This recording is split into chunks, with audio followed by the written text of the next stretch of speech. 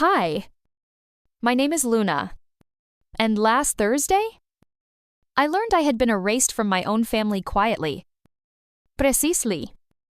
Without a single word. It started, like any other morning. Coffee in my favorite ceramic mug. The one with a tiny chip near the handle I never bothered to replace. Morning light slanted through the kitchen blinds of our Charleston home, painting golden streaks across the granite countertop. Nate, my husband, had already left for his meeting, leaving behind the faint smell of aftershave and half a piece of toast on his plate. I wasn't expecting anything unusual. I wasn't looking for a reason to feel out of place. Just scrolling through my phone. The way we all do. And then I saw it. A video clip from Savannah's Instagram story. Champagne glasses clinking. A yacht in the background. The caption looping as the boomerang played over and over. Wallace family tradition. Can't wait to set sail. At first, I smiled. Then I clicked again. And again. There was Savannah, my sister-in-law, wearing her usual tight-lipped grin. Her husband Daniel, Nate's mom, Eleanor, holding her mimosa high. Nate's cousin Harper, who lives in Seattle and once said yachts made her seasick. But not me. I wasn't there. No message. No email. No invite. Nothing. My thumb hovered mid-scroll as my heart did something strange. It didn't race. It just sank.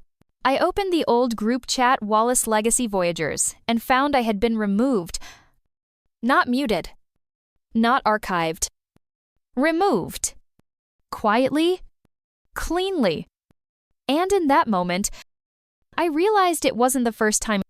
There were birthday dinners I only learned about through photos. Holiday plans I wasn't included in.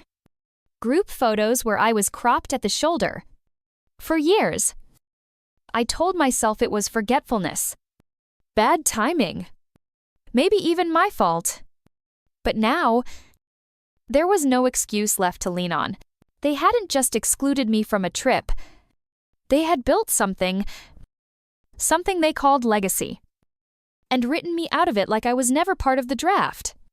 That morning, in the soft light of my kitchen, I stood with my coffee cooling beside me. And I understood. This wasn't a miscommunication. It was a message. And I heard it loud and clear. That afternoon, I stood at the sink rinsing out a glass when my phone buzzed. It was from Savannah. At first, I thought maybe, just maybe, it was an apology. A clarification. An attempt to make things right. It wasn't. She'd sent a screenshot. It showed the cabin assignments for the yacht trip. A neat little table. Guest names. Room numbers. Layout. I found mine, or what had once been mine, crossed out. Replaced. And in my place, a name I recognized only vaguely: Bella Summers. Bella was Savannah's yoga instructor. The same woman who once mistook me for Nate's assistant at a charity dinner. Beneath the screenshot, a voice note came through. Savannah's voice. Light and laughing. Well, at least the energy on board won't be so tight this year. I set the phone down. My hands didn't shake. My face didn't flinch. But my jaw ached from clenching. That night, at dinner, I didn't say anything right away. Nate was scrolling through stock alerts between bites of grilled salmon. Completely unaware. I cleared my throat. Did you know your family's planning the yacht trip again? He looked up. Fork mid-air. Yeah. I think Mom mentioned it. They're still finalizing the guest list. It's it my hill. Am I on it? He blinked. Confused. Of course. Why wouldn't you be just curious? I said. He nodded. Went back to his phone. I'll double check. He never did. After dinner, I washed the dishes by hand. Slowly.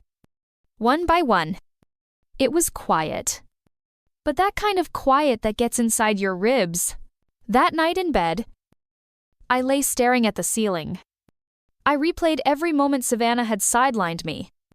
The invitations that never came. The conversations that paused when I entered the room.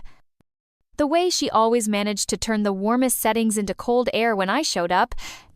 And through all of it, I'd stayed silent. Smiling. Trying to fit. But silence doesn't make you safer. It just makes you invisible. Before turning out the light, I pulled a notebook from my nightstand. I wrote a single sentence across the first page in bold, steady ink. Watch. Don't react yet. The next morning, I received another message from Savannah. Hey, Luna. I just realized we may have forgotten to reserve your spot on the boat. Totally my oversight. Trip filled up fast this year. Hope we can catch up after. No apology. No offer to fix it. Just a message shaped like kindness and cut like a blade. And for the first time in a long time, I didn't feel confused or hurt. I felt clear. Later that same morning, something strange happened. An email came in from a company I hadn't heard from in months. It was the charter service we used for the Estelle, the yacht. Subject line, cancellation confirmed, cabin reassignment processed. I stared at the screen. Then opened it. 3 days ago. Someone had submitted a formal cancellation of my reserved cabin. The name on the request, Savannah Wallace. There it was. No guessing. No theory. Just fact. She hadn't forgotten. She had made it official. I forwarded the email to myself. Then printed a clean copy on the office printer upstairs. I slid it into a manila folder I usually used for taxes and real estate documents. It would get a new label soon. But the moment that changed everything didn't happen in front of a screen. It happened in my memory. As I held the paper in my hands, a question floated through my mind, soft, persistent. Why had I ever let them call it their yacht? I closed my eyes and remembered the day I bought the Estelle. I had walked into that broker's office in a dress I bought secondhand, carrying nothing but a dream and a folder of financial projections. My startup, a tech platform for underserved public school teachers, had finally turned profitable. I didn't celebrate with a new car. I didn't fly to Bali. I bought a boat. Not for show. Not for Instagram. But because I wanted something that felt real. Tangible. A reward not for others to admire, but for me to claim. I paid every dollar. And yet, when it came time to sign, our accountant had gently suggested putting Nate's name on the paperwork too. It's cleaner, he'd said. For trusts, taxes, future planning. So I nodded. And slowly, over time, the Estelle stopped being Luna's yacht. It became the Wallace family boat. At brunches, Savannah would raise a glass and say, "It's so meaningful to have a vessel that carries our family name." She would glance my way with that polished smile, and I'd nod along the way people do when they're trying not to ruin the picture. But the picture was already cracked. I just hadn't looked close enough. Now I did. I gathered every document. The wire transfer, the purchase agreement, my original notes on the yacht layout, still marked with red pen. I laid them across the bed like case evidence. And in that moment, I understood something even deeper than betrayal. They hadn't just tried to exclude me from a trip. They had tried to erase me from something I had built. But they forgot one thing. I kept the receipts. That night, while Nate fell asleep beside me, I sat up in the dark with my laptop. I didn't scroll through old photos. I didn't replay voice messages or stare at Savannah's feed waiting for some hidden apology to appear between the lines. Instead, I opened a blank document and typed a title across the top. Things they did that I let slide. And the list came pouring out. Forgot to include me on the RSVP email for Rachel's baby shower, sent the Christmas dinner schedule without my name, tagged the wrong Luna on a family Facebook post. Then left it up for days. Scheduled a girls' brunch the day after telling me they were taking a break from gatherings. Told a reporter I had coordinated a charity gala when it had been my idea from start to finish. By the time I reached the 10th bullet point, my jaw ached again. But this time, not from tension. From truth. Not one of these things had seemed worth fighting about at the time. They were small cuts. The kind you learn to ignore to keep the peace. Until suddenly, you're bleeding and don't remember where it started. I looked at Nate. He hadn't asked once if I was okay. Not after the message from Savannah. Not after I told him my name had been removed. He'd offered the kind of silence people mistake for neutrality. But silence is never neutral. It always takes a side. I closed the laptop slowly and placed it on the nightstand. Then I got up, walked to the guest room, and opened the bottom drawer of the filing cabinet where we kept shared financials. I pulled out the folder labeled Tax and Property and added the cancellation email, the screenshot of the cabin list, and a copy of the yacht deed. As I slipped the papers inside, I realized something that stopped me cold. This folder, this growing file of quiet truths, wasn't just for legal protection. It was for me. A record. A reminder. A line in the sand. I was done making excuses for their erasures.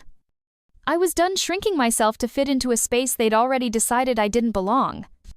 And I was done waiting for someone else to make me visible. If they wanted to rewrite the story without me in it, that was fine. Because I had already started drafting a new chapter 1 where I finally wrote myself in. The next morning, I booked a car to Marathon. Florida. I didn't pack a swimsuit. I didn't pack sandals or a sun hat or anything that suggested vacation. I packed a manila folder thick now with bank records, legal agreements, email printouts. I packed copies of transcripts. I packed proof. I packed the kind of silence that only a woman pushed too far knows how to carry. I also packed a navy blue dress. Not flashy. Clean lines. Tailored. Quiet strength. I wasn't going to the Keys to argue. I was going to be seen. Nate stood in the kitchen when I came downstairs. His coffee sat untouched. His phone face down for once. "You're really going," he said. "I am." I replied. He rubbed his temple. "Luna, this is going to cause more tension. It's just a trip. We can fix this later." I shook my head. "No. Nate, it's not just a trip. It's the culmination of every brunch I wasn't invited to. Every group chat I got removed from. Every speech where Savannah talked about legacy while I stood 3 feet away holding the camera. He opened his mouth, but I kept going. And more than that, it's our yacht. And when someone signs away their voice long enough, the silence starts to feel like consent. He said nothing. So I turned in, picked up my folder, and rolled my suitcase to the front door. By the time the car arrived, the sun was rising over the Charleston marshes, casting long shadows on the driveway. I watched them stretch and shift across the bricks as we pulled away. I didn't look back. The ride to Marathon was long but steady. I didn't listen to music. I didn't check my phone. I just watched the road, the oak trees, the water, and I thought about how long I had begged for a seat at someone else's table. How many times I'd played small just to stay in the room. That was over now. I wasn't going to yell when I arrived. I wasn't going to explain or demand. I was just going to show up. Because sometimes the loudest thing a woman can do is simply stand where she was never meant to and stay. The sun had barely risen when I stepped out of the car at Marathon Marina. The sky was still carrying that soft haze that blurs the edges of things, the masts, the rails. The yachts lined like quiet sentinels. I pulled my suitcase behind me. The wheels clicked steadily on the dock. I could hear the gentle hum of water brushing against hulls and the occasional seagull slicing through the silence. And then I saw them clustered near the boarding ramp of the Estelle. Savannah stood in her usual stance, spine straight, sunglasses perched just so, holding a champagne flute like it was an extension of her power. She turned first. Our eyes locked. Her face froze for a half second, not shock exactly, but calculation. The kind of mental math people do when a variable shows up they thought they had deleted. Next to her stood Nate. He wasn't beside me. He hadn't waited at the marina. He was already in the fold. Already dressed in the group's quiet uniform linen shirt. Boat shoes. Distracted loyalty. He didn't wave. I didn't flinch. I kept walking. Around Savannah, subtle shifts began. A cousin suddenly needed to adjust her tote bag. An uncle pulled out his phone. The group turned ever so slightly, not hostile, but angled. Defensive. Like choreography. Like the way people physically try to push you out without touching you. I didn't stop. When I reached the base of the ramp, a woman in a navy blazer stepped forward. Her name tag read Melissa. She wore her professionalism like armor crisp. Calm. Composed. She gave me a small nod and said the words clearly. Not for me, but for them. Welcome aboard. Miss Luna. The owner is now aboard. A silence fell over the dock, not anger. Not confusion. Something colder. Something tighter. Like the entire narrative had been cracked open. I walked up the ramp without hesitation. My heels tapped lightly against the teak deck. I didn't look back. Melissa followed behind me and lowered her voice just enough to be respectful. We were waiting on your clearance before departure. I turned to her and gave a single word. Proceed. She nodded and stepped toward the captain's station. Inside. The air conditioning hummed. The main salon gleamed with crystal glasses, monochrome napkins, and place cards arranged by someone who assumed I wouldn't be here. I walked past all of it. I wasn't here to play hostess. I was here to reclaim what was already mine. That evening, the dining salon glowed with warm candlelight and carefully curated elegance. Gold-trimmed plates. Eucalyptus runners. Wine glasses arranged with the precision of a brand launch. Everything was perfect. Perfect in the way curated things often are until they're not. Savannah stood to give the closing toast. Her voice was smooth. Each word practiced. I just want to thank everyone here tonight. She began, raising her glass. This tradition isn't about luxury. It's about legacy. About the people who carry that forward with grace and intention. Murmurs of agreement rippled around the table. Cameras lifted. Heads nodded. We only bring those who understand what this family has built. She continued. The ones who add to it, not subtract. She didn't look at me. She didn't need to. Every person at that table understood exactly who had been meant to stay off this boat. But I didn't blink. When the last glass was raised, I stood. No theatrics. No anger. Just presence. I'd like to contribute something to this conversation about legacy. I said. The room shifted. I reached down, opened my leather folder, and pulled out a printed transcript on letterhead. This is from a Zoom call dated 3 weeks ago. I said, sliding it to the center of the table. Savannah froze. I tapped a highlighted section with my finger. It reads, quote, she married in. She shouldn't own a family asset. A few people inhaled sharply. Others looked away. I laid the second page on top. This is the purchase agreement for the Estelle. Initial deposit. 2 million. Paid in full by Luna Harper. Legal co-owner listed first. Nate leaned forward, his mouth half open. I didn't know she said that. He mumbled.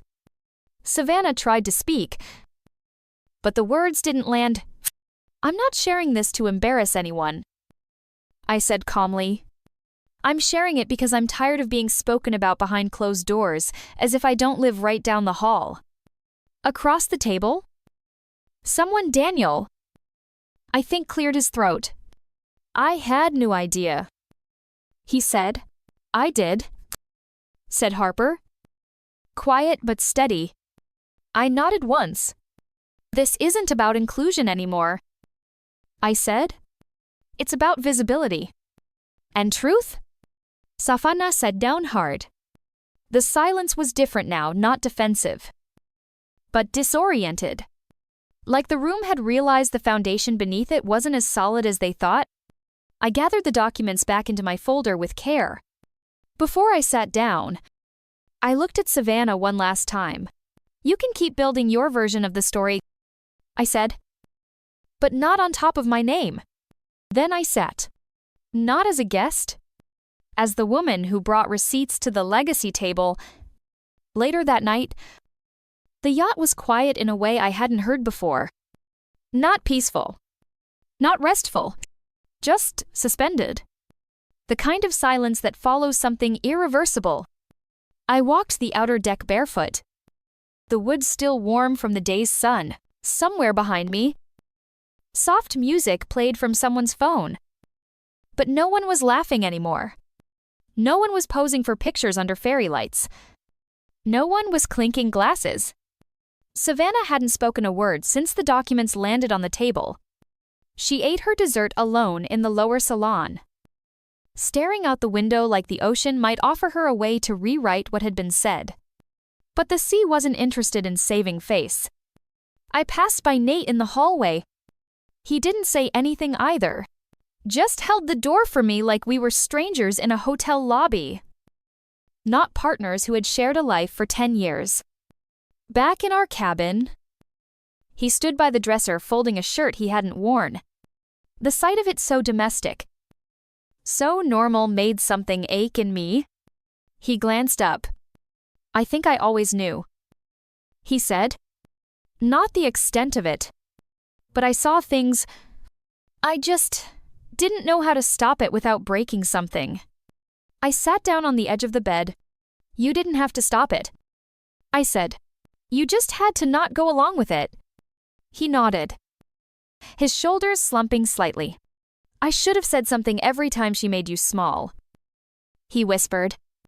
I thought if I stayed quiet long enough, it would fix itself. I didn't offer comfort. I didn't say I understood, because the truth was, I had been counting on him and he hadn't been there. Instead, I stood and pulled the sheets down on my side of the bed, crawled under without looking back. Sometimes, the sharpest sentence you can speak is nothing at all. The next morning, the breakfast spread looked the same as every year: soft scrambled eggs, fan slices of melon, pastries arranged like a magazine shoot. But the tone had shifted. People greeted me differently. Not warmly, not coldly, just cautiously, like I had become a mirror too clear to stand in front of comfortably. Savannah didn't appear. Her place at the table remained set, untouched. Not by accident, by design. They didn't know where to put her anymore. And for the first time, I realized they didn't know where to put me either. Which meant I had finally become uncontainable. 3 days after we returned to Charleston, I hosted brunch. It wasn't extravagant. Just fresh fruit, eggs, toast, and a pot of strong coffee. No name cards. No seating chart. No theme. Just space. I didn't invite everyone with the last name Wallace. I invited people who had seen me, really seen me, when it wasn't convenient or fashionable. Kalista kame. Bringing lemon bars and a story about a colleague who had read her essay about me online. Daniel showed up with his wife. Quieter than usual, but with a genuine kind of weight in his gaze. The kind that says, I didn't do enough, but I'm trying now. Nate made the coffee. He didn't hover. Didn't perform. Just moved quietly through the kitchen. Present without asking for absolution. As people filled the room, I looked around at the mismatched mugs and sunlight spilling across the dining table. I had refinished myself 3 summers ago. It wasn't the Wallace family's dining set. It was mine. No legacy attached. No expectations woven into the grain. Just something I had built because I believed in making space that didn't require anyone's permission. After everyone had gone, I stayed behind. Rinsing plates at the sink. My sleeves rolled up and my hair falling from its clip. There was no applause. No Instagram-worthy wrap-up. Just the sound of a woman living inside her own life again. Later that afternoon, I found an old note folded between the pages of a cookbook. My father's handwriting steady. Blocky. Purposeful. It read, "Don't fight for a seat. Build your own table." I sat down on the floor and held that note like it was a map I didn't know I'd been following all along. For years. I thought being chosen meant being valued.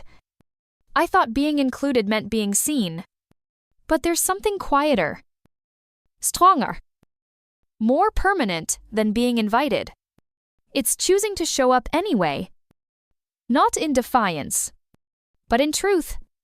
That day, as the sun warmed the floor beneath my feet, I realized I no longer wanted to prove anything. Not to Savannah. Not to Nate's family. Not even to Nate. Because this table, it wasn't about proving I belonged. It was about remembering. I always did. The day after brunch, I sat alone in the reading nook by the front window. The house was still. Quiet in the best way, not empty. Just honest. I wasn't waiting for a call from Savannah.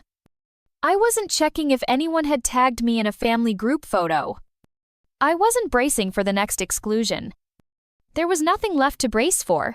Instead, I went to the credenza drawer in the hallway and pulled out the manila folder, the same one I had packed for the yacht.